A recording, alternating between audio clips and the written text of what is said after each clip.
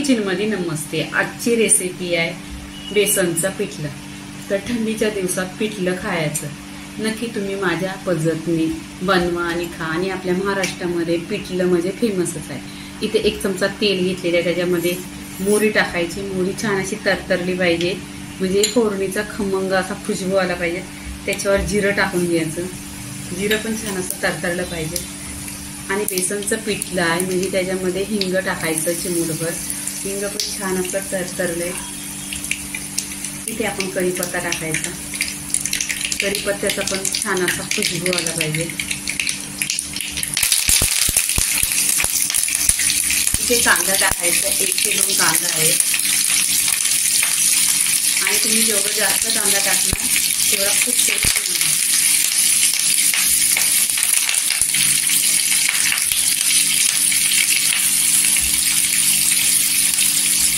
आणि इथं आपण आहे ना कांदा गोल्डन पण नाही करायचा आहे, फक्त मऊ करून घ्यायचा आहे, एकदम मऊ करायचा आहे।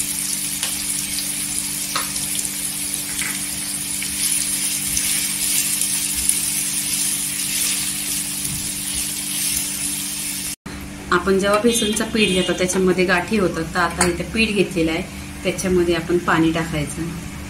तुम्ही बघा माझी टिप्स, तुम्ही कोमट पाणी घ्या, गाठी नाही होणार।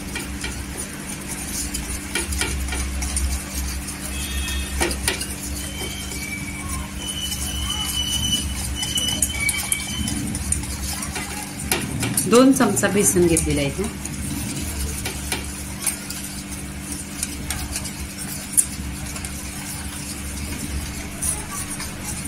इथे बघा पूर्णपणे असा बेसनमध्ये पाणी टाकलेलं आहे। आणि पहिल्यांदा पातळच बनवायचा, कारण नंतर घट्ट होतो। इथं पूर्णपणे बेसनचं पाणी टाकून झालेलं आहे। इथे आपण कांद्याला सॉफ्ट करायची। इथे बघा कांदा सॉफ्ट झालेला आहे, तर तुम्हाला आहे ना हिरवी मिरची कट करून टाकायची, त्याची पण टाकू शकता।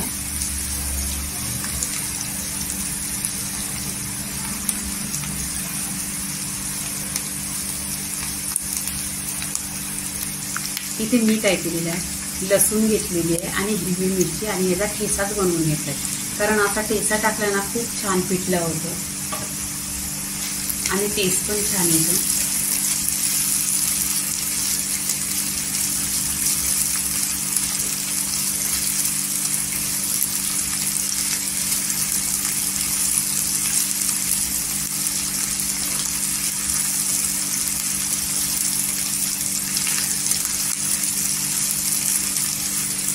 इथे पूर्णपणे तेलावर परतून घेतलेलं आहे। इथे आपण आहे ना बेसन टाकून घ्यायचं,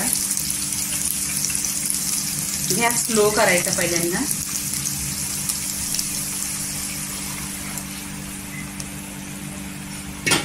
बघा इथे असा परफेक्टली मी पातळ केलेला आहे, नंतर आहे ना घट्ट होतो। आणि गॅस स्लो करायचा।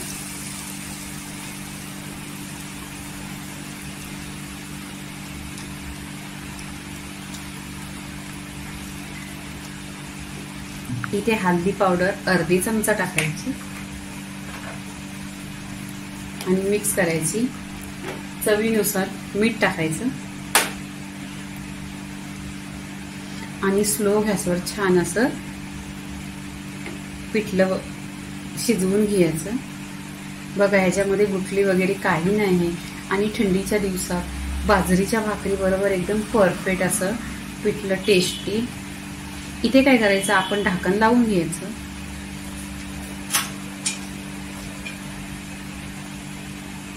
दहा ते 15 मिनिटं स्लो गॅसवर ह्याला एक छान अशी उकळी काढून घ्यायची। इथे बघा 7-8 मिनिटं झालेली आहे आणि छान अशी उकळी आलेली आहे पिठलेला। इथे लागलेला पण नाही कढईला बघा। इथे आपण आहे ना पूर्णपणे झालेला आहे, तर आपण कोथिंबीर टाकून घ्यायची।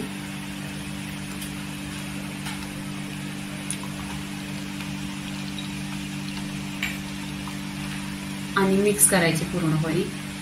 आणि हे पिठलं आहे ना तुम्ही बाजरीच्या भाकरी बरोबर खा,